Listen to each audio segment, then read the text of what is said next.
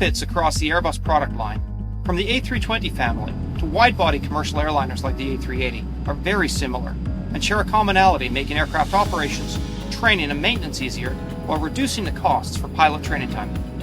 At the heart of any Airbus cockpit is the fly-by-wire system, which transmits movement by the pilots of the digital electronic flight controls to the onboard flight computers, or avionics, which then transmit signals to actuators and motors that move the control surfaces of the aircraft within its specified flight parameters, thereby improving handling and stability while reducing pilot workload. Pilots can fly any of the A320 family of aircraft with a single type rating, thanks to identical cockpits and operating procedures. This means that any A320 family qualified pilot can step into any of one of 4 types of aircraft, giving Airbus customers greater flexibility and increased cost savings in how they manage their fleet.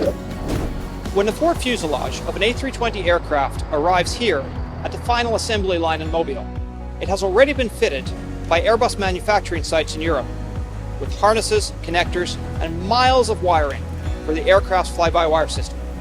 At different stations along the final assembly line, modular cockpit instrumentation and avionics systems are installed.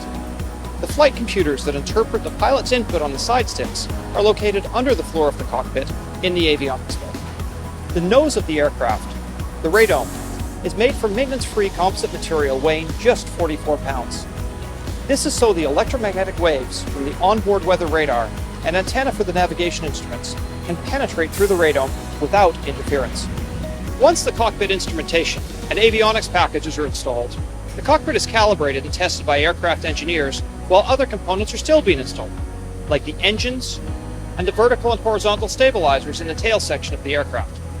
Electrical power is provided to the aircraft by cables, connecting its electrical system to power from the final assembly line hangar. The aircraft's engines provide electrical power only once the aircraft leaves the FAL and is outside on the flight line. When aircraft are not in flight or moving on the ground, they use an auxiliary power unit, or APU, located in the tail cone of the aircraft to generate electrical power for better fuel efficiency and to reduce engine runtime. Once the onboard avionics pass extensive tests, including checking backup and redundant systems, the mechanical flight controls are tested to ensure they operate properly according to aircraft specification. Now the cockpit and the aircraft is ready for its first flight. But that's a whole other story.